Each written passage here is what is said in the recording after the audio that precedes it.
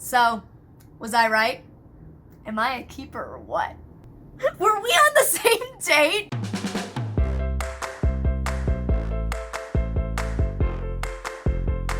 Hey guys, it's Molly here again, and Thumper. My hot water bottle bunny is also chilling out down here because I woke up today with a rip in my favorite pants and really bad period cramps.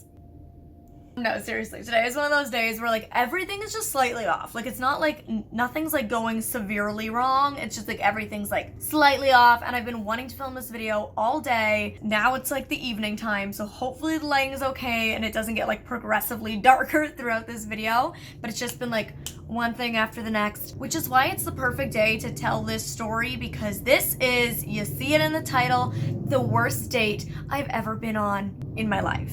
And I remember wanting to tell this story really badly after it happened 3 years ago, but I was like, what if he like sees the video or something? But I feel like it's been 3 years since then. The chances of him like following me on social media after this date are really slim. So I feel like I'm like safe to share this story. And of course, I'm not gonna share his name, but even though this is a horrible date, like I don't want to like him to feel bad about himself. Like I never want anybody to feel bad about themselves. But I just kind of frankly think it's like a really funny story, and it's an experience I had. So I want to share it. We can all like commiserate in knowing that you're not the only one who's had a bad date. And like most bad dates, it started on Tinder. So, swiping my way through Tinder. And I want to say most likely this is one of the people I swiped myself. Because when it comes to Tinder, I would use it. I haven't used Tinder in forever, probably since the video I filmed where my mom made my Tinder profile. I'll link that below. If you guys want to see any like Tinder videos or anything, I don't know if that would be interesting, but let me know if you'd want to see dating app videos and I can do it. I haven't used Tinder in a long time, but the way I would used to use it is I would have my mom swipe for me, a friend swipe for me, or I would Russian roulette it. I would just like read the bio, read their name, their age, what their job was, and based off of the information I had about them, I would swipe, which I feel like is the most like open-minded way to swipe, the least judgmental way you can swipe, because I'm judging you off what really matters, like what you're saying about who you are as a person. Sometimes it worked out, sometimes it didn't. And basically how I would use them is using voiceover, voice assistant on my phone, which would read out our conversation. Oh, do you want to come up and hang out? Yeah, Aww. come hang out. It's Just International asking. Guide Dog Day when I'm filming this, so he just wants to come snugs. Everything on Tinder was accessible using voiceover, except for obviously the photos. And at the time when I used to use dating apps, that was the only one I found that was, but I'm sure things have changed now. Apps get updated all the time, so I don't know what the online app dating situation is like now. I think this is one of those guys that I swiped on my own. Let's just call him Jonathan. Jonathan, like, really quick got to the point. Like, he's like, hey, like, let's jump on a phone call. Like, super quickly into talking, like, less than 24 hours into, like, exchanging niceties. He was like, can I call you? Okay. I kind of think it's nice if you get to hear their voice before you meet them. And also, like, a lot of people are awkward on phone calls. So if you're not awkward on a phone call, you're probably good in person. He calls me from work where he worked as a janitor at the airport. But he like claimed he like made a ton of money he was a couple years older than me, so I would have been 3 years ago, I would have been 22. He was probably 25, 26. And he claimed he had made like a ton of money in stocks when he was younger, and now he just works as a janitor for fun because he like has tons of money and doesn't like need to work. He just really likes cleaning, which like, okay. Okay, house husband.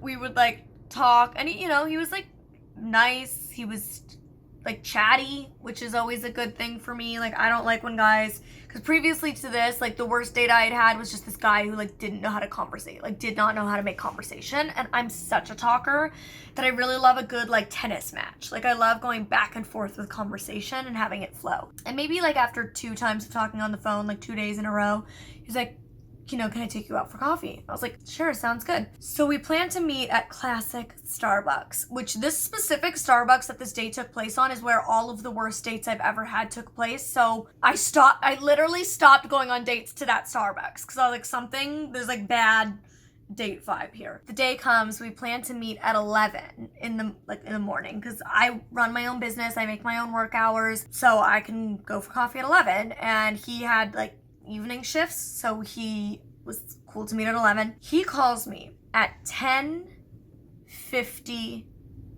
1 minute till we're meeting.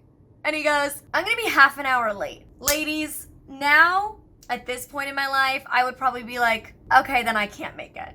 Because like, I really hate when people act like their time is really important and yours doesn't matter. That boy knew before 1 minute to 11 that he was going to be late and needed an extra half hour. There's no way he figured out a minute before he was meant to meet with me, when he lived a town over from where the Starbucks was, that like he needed more time. That was so frustrating. But I tend to be a pushover when I'm on dates, especially back when I was like 22 years old and new to like dating. I had only been single for maybe like 5 or 6 months out of a 2.5-year relationship. I was like, okay, no problem, we'll do 11:30. Guess who didn't show up at 11:30? Jonathan. Guess who showed up at noon? Jonathan. 1 hour late, not 30 minutes. 1 hour. You should just like, done. No, you don't get to show up an hour late after you only asked for half an hour extra time, only 1 minute to when we were supposed to meet. Ridiculous. So clearly off to a good start. Now we're standing in line at Starbucks, and he starts telling me about how he only dates women who wear Gucci and Louis Vuitton. Boy, who do you think you are? Like, what? And unfortunately, at the time, in my handbag, which was like probably like a $30 handbag from like Urban Outfitters, but in my handbag was the one and only Louis Vuitton item I had owned up until this last year. And I bought it. It was like very sentimental. If you saw my series, The 10-Year Journey, which I'll link below, you know the story of that Louis Vuitton item that I got back in 2008. It's like super special and sentimental to me. So you get to the cash register, and you know, all for feminism, I personally do like when a guy pays on a date, especially like a first date. I don't know, I think it's like kind of nice. It makes me feel like he like thinks I'm special and cares about me and is like interested in me.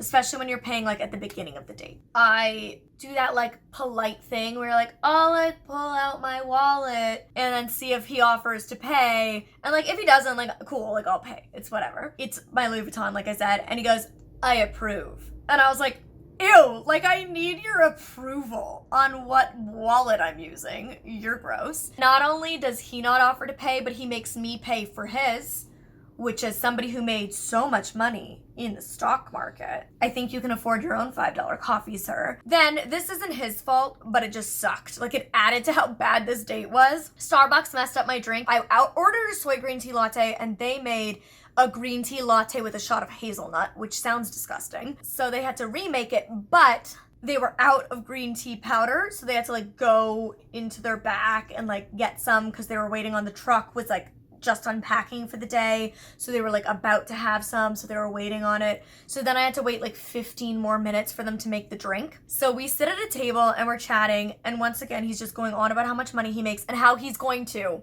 buy a private island in the Bahamas. And I'm like, what? And he drove like a very like normal car, he dressed very normally, like there was nothing like, ooh, I'm rich. Like, it was much more like, you know, I have a job as a janitor. Like, it was not like, there's nothing wrong with that. Like, I knew what his job was. I went on the date. I certainly wasn't going because I actually thought he made a lot of money. So he's sitting there saying, like, I only date girls who use Gucci and Louis Vuitton. I'm gonna buy a private island in the Bahamas. And he's like going off about how much girls only want me for my money and my good looks. And I was like, my mom had like seen him. She'd seen him from like his inside car. The window. Like, I was looking out, you know, and I was like, no.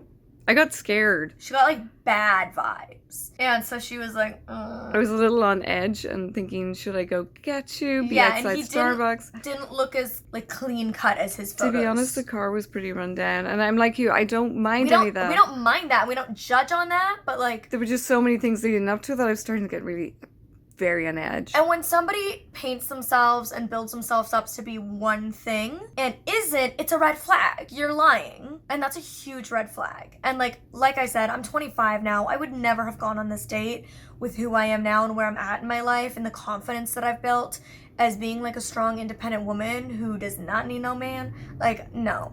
I respect myself enough to keep myself safe, and now that I know the statistics of disabled women dealing with sexual assault and abuse and dating violence, I would never take these risks. But back then I was uneducated on the risk that I, as a disabled woman, and specifically as a blind woman, am at, which I talked about in my 10 worst things about being blind video. I'll also link that below if you want to know what those statistics are. It's pretty terrifying, frankly. So now at this point I would never put myself in that position, but I was new to dating, like I said, and I like lived in a, my small hometown outside of Toronto. Like I didn't feel like I was in like a dangerous situation. I lived with my parents. It was broad daylight, noon, on like a Thursday. I felt like everything was going to be okay, and ultimately it was. But like I see now the danger I could have put myself in, and I'm thankful that it turned out the way it did. But anyways, we're sitting on this date. He's talking about the Bahama Islands, who's gonna buy. It's just so weird. He's like going off like every girl just wants to hook up with me. Like they all just want me for like my body and my money. They all just want to have sex with me. Like I want you to be my girlfriend for the next 4 years. You're gonna be my girlfriend for 4 years. Cause I'm a catch. I'm a keeper. Like you should want me for the next 4 years of your life. I'm commitment. I'm the guy you commit to. And I was like, we're on a first coffee date at 11 noon on a Thursday, boy. Like, what do you, like, I'm not committing to you for 4 years or for any amount of time other than the amount of time it takes me to drink this gross hazelnut latte. That's it. Like, what are you talking about? That is, to me, not first date conversation. First date, especially if you're meeting from a dating app, like, or even in person, like, if you meet somebody and you're like, hey, I'm maybe interested, let's hang out for the first time. To me, that's like, are we even compatible? Are we just gonna be friends? Do we ever want to see each other again? Is this gonna go somewhere romantic or otherwise? Like, no, you're not talking about your future children's names, But he's into this commitment thing and he's ranting. He's not asking me anything. It's just all about him. And then finally they might have remade my drink. So now it's like 15, 20 minutes later. It's now about 12:30. I take one sip of my drink. We've been in each other's presence for like 25 minutes, half an hour. And he goes, well, I've got to run some errands. So do you want to run my errands with me? No, sir, I don't. Like, I don't want to run your, like, are we doing laundry? Are we doing your dry cleaning? Like, what? No, I don't want to run your errands with you. Who asks that after yeah, way to make a girl feel special. Like, not that I was even, like, I knew at this point I knew in the first 5 minutes I was not into this guy. But once again, I was a pushover. Totally one of those girls, and I think this is something I've consistently seen in videos, like bad date videos that I've seen on YouTube, is girls are like, I wanted to stand up for myself, I wanted to say something and I didn't.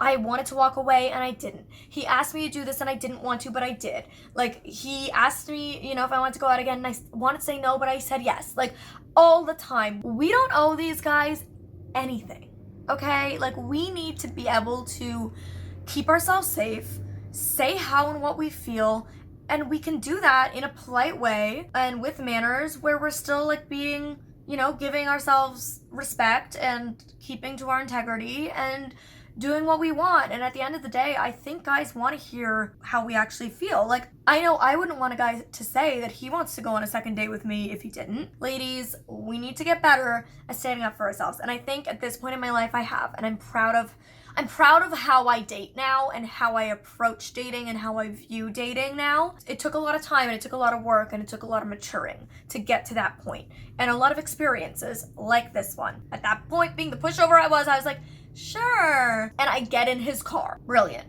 And now I had Gallup with me, which I will say always makes me feel safer on a date. Like, having this 90-pound big black boy with me makes me feel very safe. Because if anything was to go wrong, he would do something. And even if he wouldn't, a lot of people assume a dog would.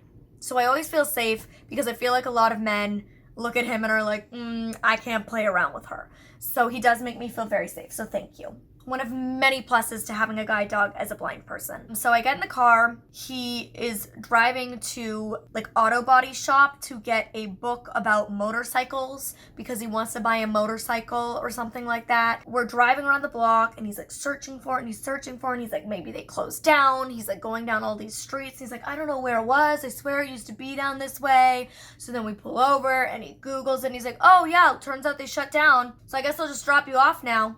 And I was like, okay, that was fun. Now it's probably like 15, 20 minutes later. So we're not even with each other for an hour. The date is done and Molly is saying, hallelujah, bless the Lord, thank you, amen, get me home and out of here. He drops me off. Such a gentleman. He like walks me to the front door and he like goes for a kiss and I'm like, and like dodge it and give a hug. And then he's like, yeah, I'd love to see you again. And as I said, I was like, and I like closed the door and I was like, lock that door. Never seen that man again. He texts me. Before he has even pulled out of the driveway, he texts me and goes, so, was I right? Am I a keeper or what? Were we on the same date? Do you remember this, Mom? Do you remember me coming home? Clearly. I was so relieved when he got home. And I'm not normally like that at all. You know she's that. Very like you could be out all night. There's been only a few dates that I've been on where you've been anxious. Yeah. And I was like, you were a long time. I thought maybe I should go over there. Like, a long time. It was less than an hour, but... It seemed like a long time. Yeah, it felt like a long time to me, too. Yeah, I never replied to that text, and I never heard from him again. I think he got the message. Again, I'm not usually, at this point in life, I'm not a ghoster. At that point, I totally was.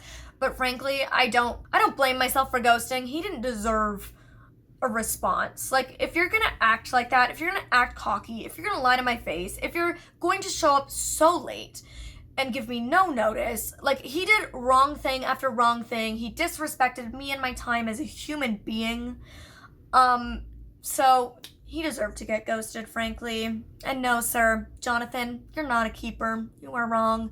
You need to change your ways. I hope you're living it up on your island in the Bahamas. All right, comment down below and let me know, how does that compare to your worst date ever? What other, like, dating stuff would you want to see from me? Because I am so very single and honestly, like, not really looking, not really actively trying to date or see anybody. So I'd be down to do something for YouTube though. Like, hey, if it's for my bees, like, I'll do anything. So if you want to see any kind of dating app videos or stories, if you want me to go on dates just to see if I get a funny story out of it, girl, I'll do it. I commit. So, I hope you enjoyed this. Give it a thumbs up if I'm not the only one who's been on a bad date. Subscribe to my channel if you haven't already. I love you so very much, and I'll see you in the next video.